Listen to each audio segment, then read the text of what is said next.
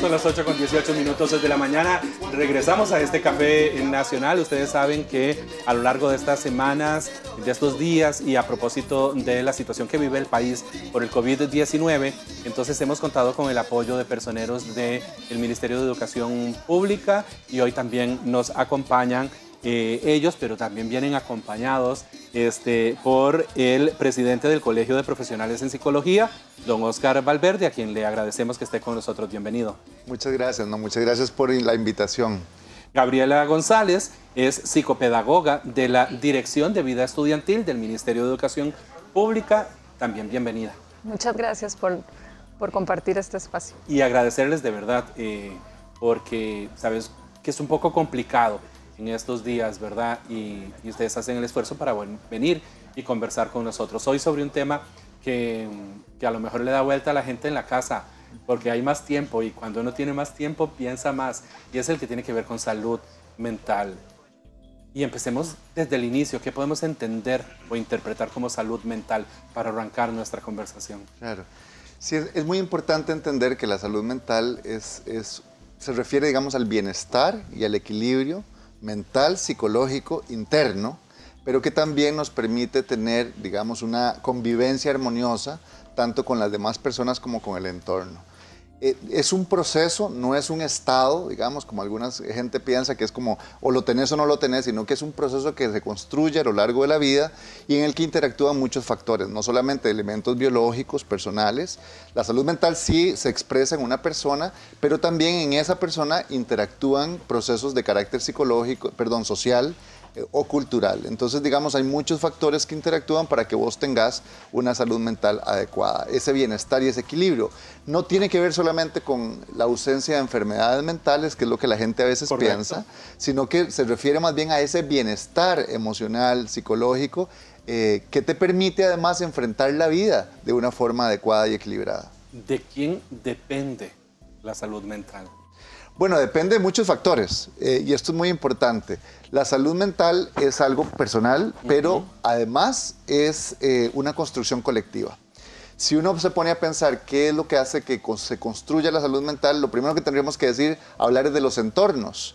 Entornos seguros, protectores, que estimulen el desarrollo de las personas, son un factor muy importante en la salud mental de cada uno de nosotros. Entonces no es algo que solamente se deba a tu salud mental, no es solamente vos sos el responsable de tu salud mental, sino que también los entornos y las condiciones de vida. Por ejemplo, si tenemos condiciones de vida indignas, ¿verdad?, en donde hay maltrato, por ejemplo, humillaciones, violencia, difícilmente vos vas a poder construir una salud mental adecuada.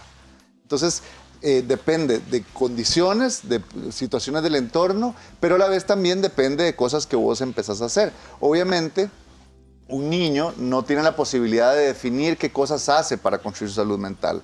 Los adultos responsables tenemos que asegurar entornos que vayan en esta persona menor de edad construyendo o facilitando condiciones para su salud mental. Por ejemplo, los vínculos, ¿verdad?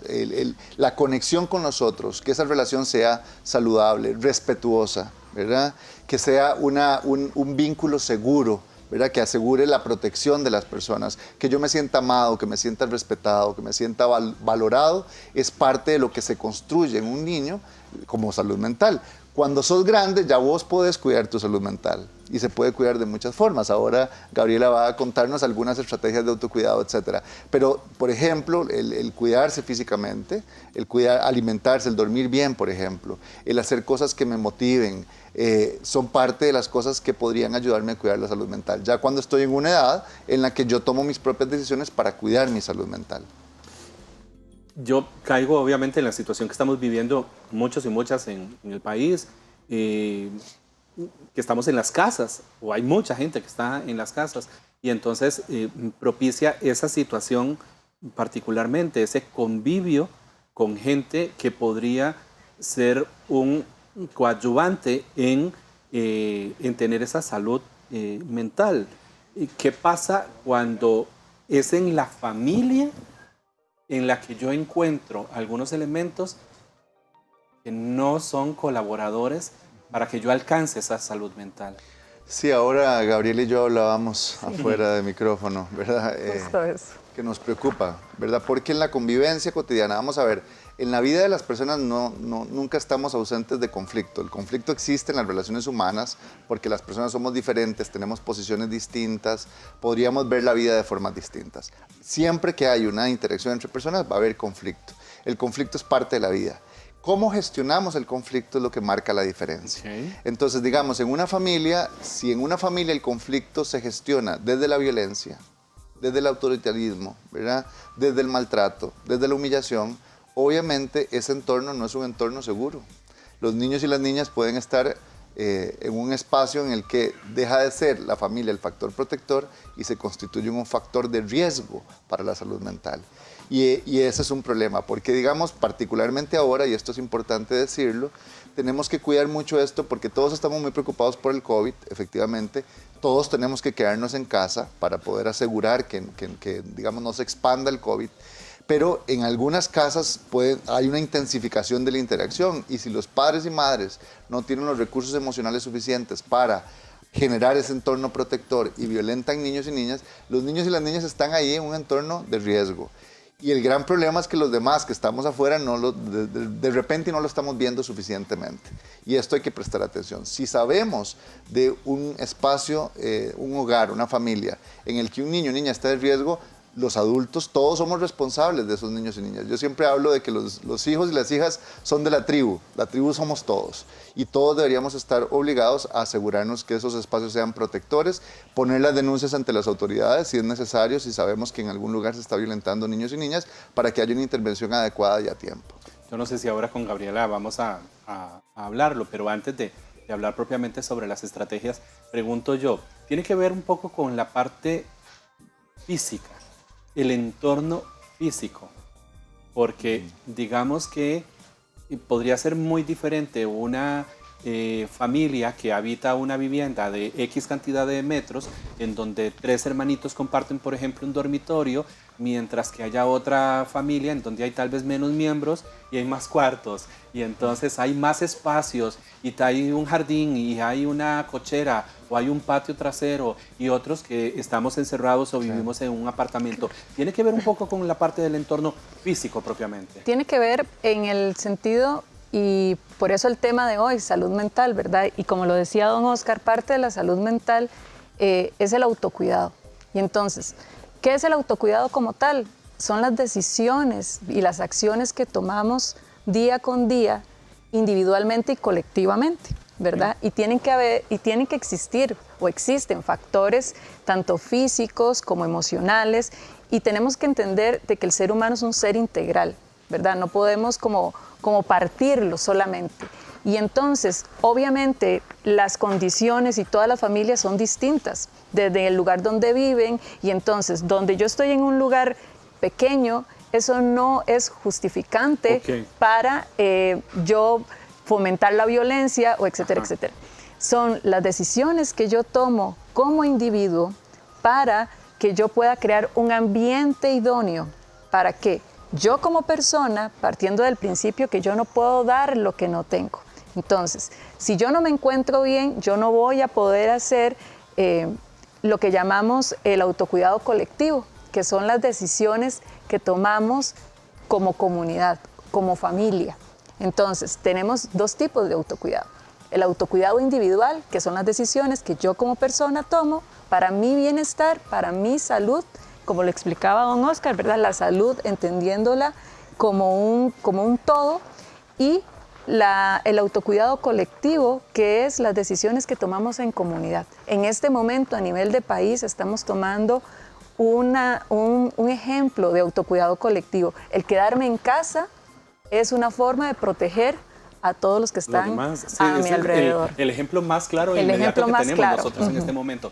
Pero obviamente esas decisiones individuales que yo tomo tienen que ir de la mano también con ese autocuidado colectivo. Totalmente. No pueden ser incoherentes. Egoístas. Exacto. Ajá. Individualistas. ¿Verdad? Y hay que entender, que el autocuidado no es egoísmo. Porque a veces la gente lo confunde, ¿verdad? Sí, soy egoísta porque yo me voy a tomar un tiempo para mí y como mamá o como papá, ¿verdad? O como hijo o hija, y entonces hoy voy a descansar. Y entonces yo no estoy siendo egoísta porque también lo merezco. Y una persona cansada va a tener menos habilidad social o menos habilidad emocional para dar respuesta adecuada a un hijo o una hija. O el niño o la niña. Tenemos que entender que el niño y la niña es una persona. Nos queda un minuto para ir al corte. Cuando regresemos vamos a conversar sobre la parte de las estrategias. Pero antes, en ese minuto, podemos decir si yo me puedo dar cuenta de que mi salud mental no está bien. Claro. Sí. Yo lo puedo identificar. Claro. ¿Cómo? Así. De hecho, lo primero que tenemos que hacer es reconocer nuestras emociones. ¿Qué es lo que estamos sintiendo? ¿Cómo nos estamos sintiendo? Y primero reconocerlas y luego expresarlas. Cuando nos quedamos con las emociones adentro y no expresamos a nadie y no pedimos ayuda, que de hecho eso es una habilidad que todos tenemos que desarrollar. Pedir ayuda cuando nos sentimos mal, cuando sentimos dolor, tristeza, digamos una sensación de desolación. En ese momento tenemos que hablarlo. Angustia, cansancio. Angustia, todo. Y validarlo. Enojo. ¿Verdad? Y validarlo. Enojo, exacto. ira. Exacto. Ok, vamos a hacer una pausa. Cuando regresemos entonces conversamos sobre esta parte de las estrategias que tienen que ver con con propiciar una buena, bueno, sí, es redundante decir buena salud mental. Pero ya casi regresamos, son las 8:30 de la mañana. Esto es Café Nacional. Recuerde que usted también puede participar con nosotros vía telefónica al 2220-7550 exactamente y a través de nuestras redes sociales. Ya casi regresamos. Una montaña que besa una nube, un jardín lleno de flores y sueños, todo un Edén con un pueblo bello. Esta semana en Código 13, un programa 100% de tecnología. Vamos a tener una entrevista con un experto que nos va a explicar la nueva realidad virtual que se utiliza en el país para preparar jugadores de fútbol. Y además también vamos a conocer información acerca de la nueva app de realidad aumentada para conocer Barrio Montt. Te esperamos. Código 13. Acceso a la tecnología.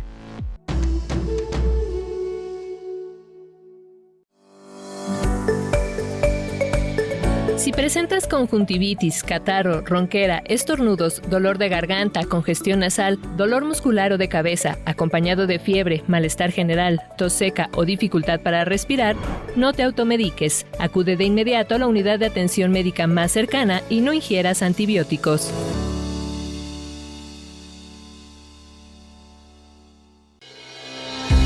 ¿Tenés alguna consulta, comentario o reclamo sobre nuestros servicios? SINART te escucha. Ponete en contacto con la Contraloría de Servicios porque con tus críticas, vos ayudás a mejorar la programación, las producciones y la calidad de la señal que recibís de nuestros medios. Comunicate vía correo electrónico, por teléfono o a través de la página web. Contraloría de Servicios, un contacto directo entre el SINART y vos.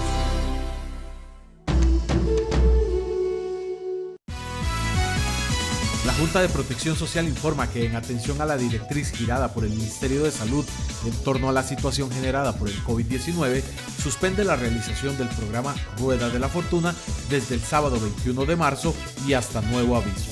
Estaremos informando por este medio la fecha de reanudación del programa. Gracias por la comprensión y les invitamos a seguir las recomendaciones del Ministerio de Salud.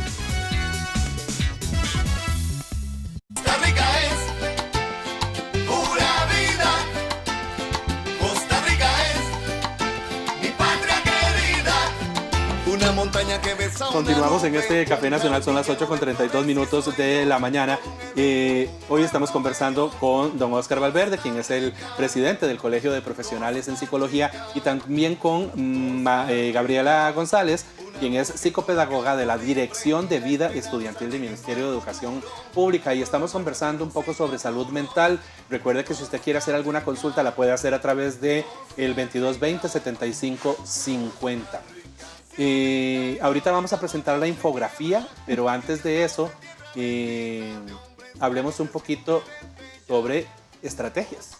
Claro. ¿Qué estrategias o a qué estrategias podemos recurrir para tener una salud mental?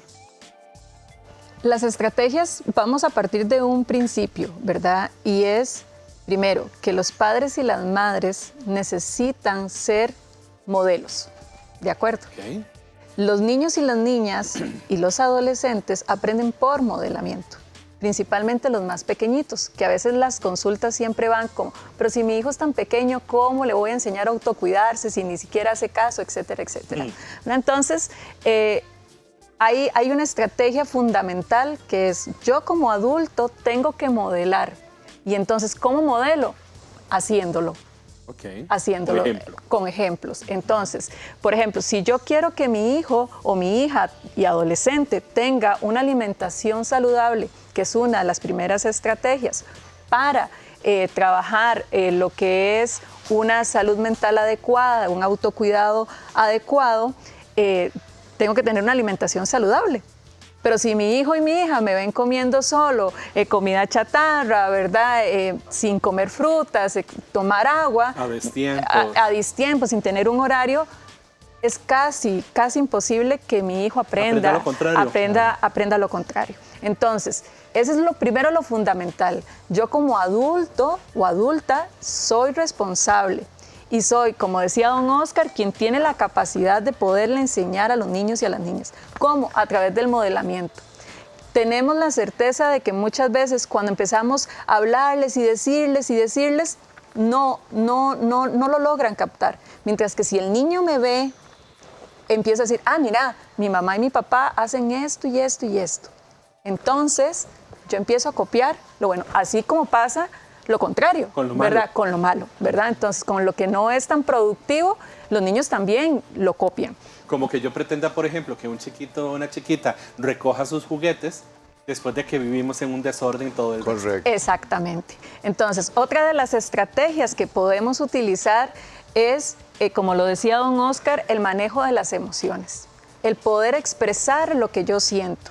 El poder permitirle a los niños y a las niñas en este momento tan crítico que está viviendo el país, es saber si yo tengo miedo, saber si el niño y la niña tiene miedo. Pero entonces volvemos a lo mismo, el modelamiento. Si mi hijo o mi hija me ven estresado e histérico, ¿verdad? Cada vez que hay una conferencia de prensa, entonces mi hijo y mi hija se van a volver histéricos y van a angustiar más. ¿Por qué? Porque entonces yo tengo que hacer uso del diálogo y decirle a mi hijo o a mi hija, mira, está pasando esto.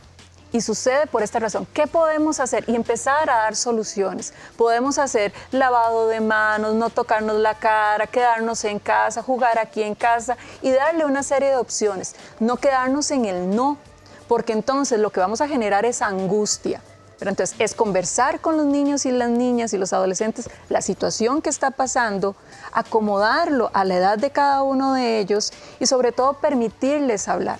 Los adultos a veces creemos que los niños y las niñas no sienten o no se expresan o no tienen emociones, no pueden sentir miedo o no se deprimen, ¿verdad? Y eso no es cierto. Está más que comprobado, y bueno, y don Oscar, que no me deja mentir, está más que comprobado que los niños tienen muchísimo que decir. Entonces... Y es importante, perdón, Gabriela, validarles lo que sienten. Exacto. No se vale decirles, ay, pero ¿por qué vas a estar asustado? Está asustado. O descalificarlos por ser niños. Exactamente. Exacto. No, más bien es todo lo contrario, estás asustado.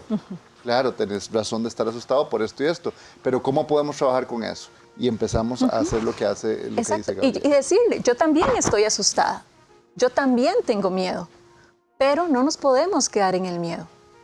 Entonces, ¿qué podemos hacer para vencer el miedo? Y empezamos a darles estrategias. Otra es hacer ejercicio, ¿verdad? La actividad física. La actividad física, si bien es cierto, ahorita no podemos salir de casa, no es exclusiva de la calle.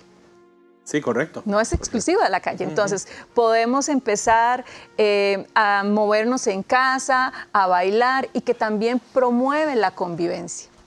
Es algo fundamental en este momento crear convivencia en casa, crear pertenencia en casa de una manera sana. Y entonces, nosotros ahora que hablábamos, imaginábamos a papá y a mamá, bueno, y nosotros los que estamos haciendo teletrabajo, ¿verdad? Estamos aquí full trabajo, ¿verdad? Y tenemos a nuestros hijos a la par y mientras tanto vemos y lo gestionamos a ver cómo podemos hacer. Pero hay que tener un horario de tiempo.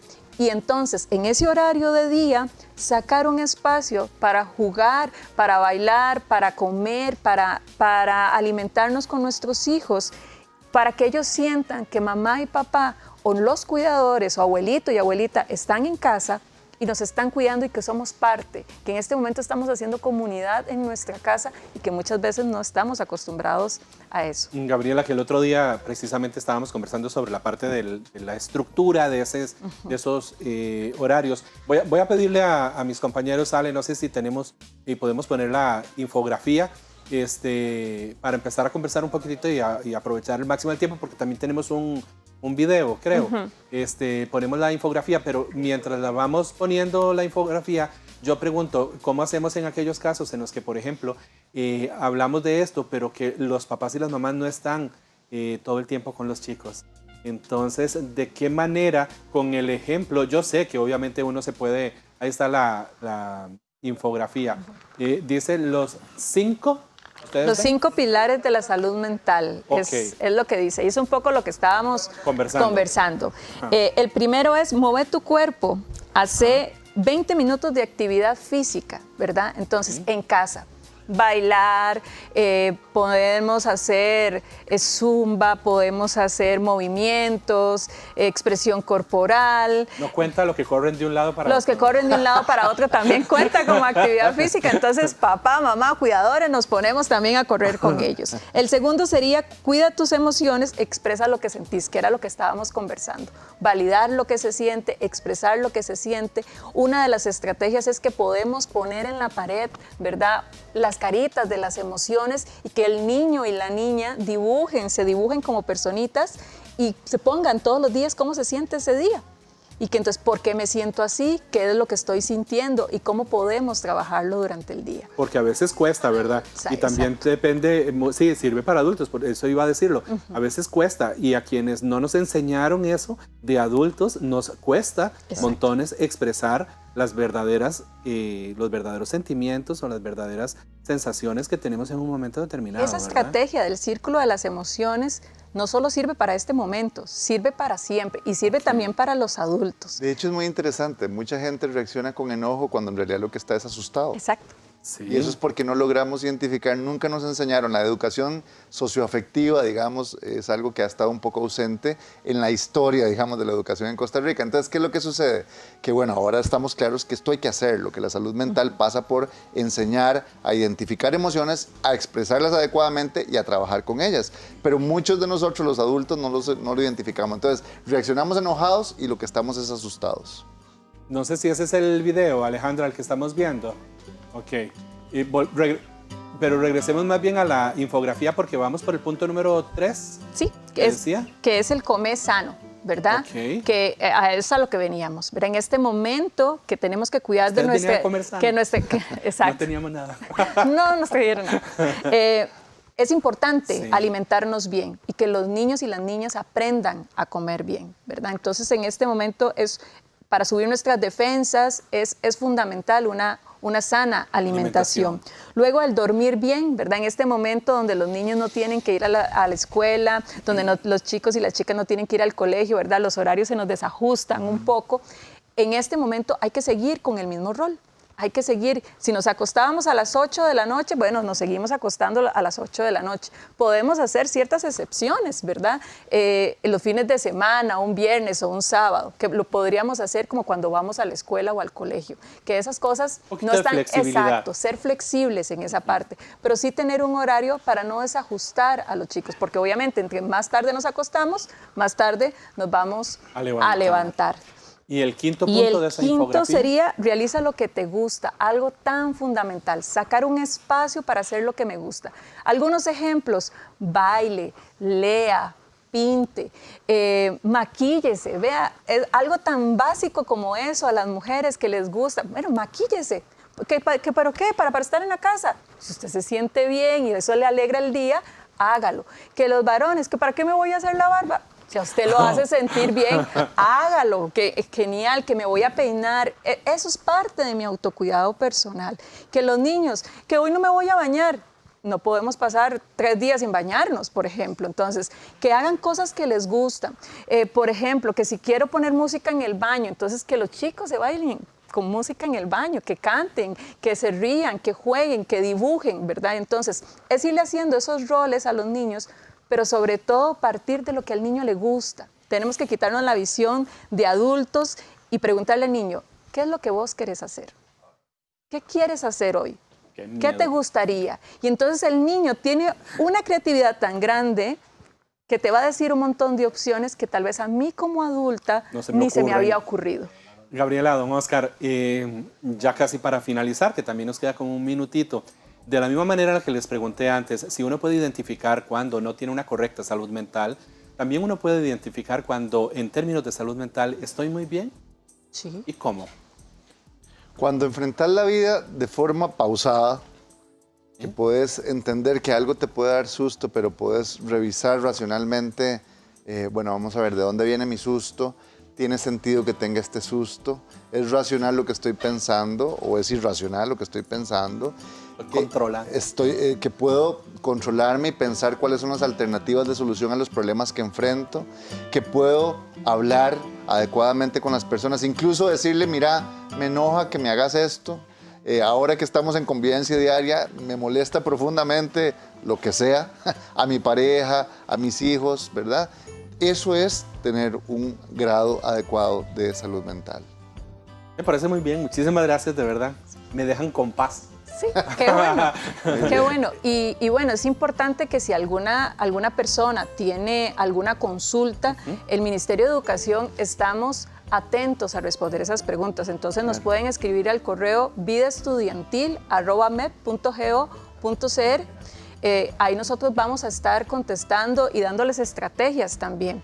Igual el videíto que estaban viendo, ¿verdad? Es parte también de la Fundación Gaia, que trabaja de la mano con el Ministerio de Educación y que va a hacer meditaciones, como una especie de meditación para niños y niñas, que también nos ayuda a la parte de nuestra salud mental, a tranquilizar nuestra mente, nuestro cuerpo, a poner en pausa una vez al día, por lo menos, para seguir trabajando esto. Igual el Ministerio de Educación está a la mano, ¿verdad? Que las personas sepan que nosotros seguimos trabajando para... No están de vacaciones. Exacto, no estamos de vacaciones y que estamos trabajando para fomentar y tratar de ayudar y que nos sientan ahí, cerca de cada uno de ustedes. Entonces, que nos escriban y que nosotros vamos a estarles respondiendo. De igual forma, si me lo permite, de la mano con las autoridades de salud de Costa Rica, el colegio está sacando materiales. Pueden meterse a la página del Colegio de Profesionales en Psicología de Costa Rica y hay materiales, hay videos, hay consejos, digamos, para manejar toda esta situación con niños, niñas, adolescentes, y personas en redes adultas sociales mayores. También También redes sociales. En redes sociales como Vida Estudiantil o Ministerio de Educación Pública. Y Colegio de Profesionales en Psicología. Exacto. Muchísimas gracias a Gabriela y a don Oscar por haber estado con nosotros. Tenemos que hacer una pausa, pero ya casi regresamos con más de este Café Nacional.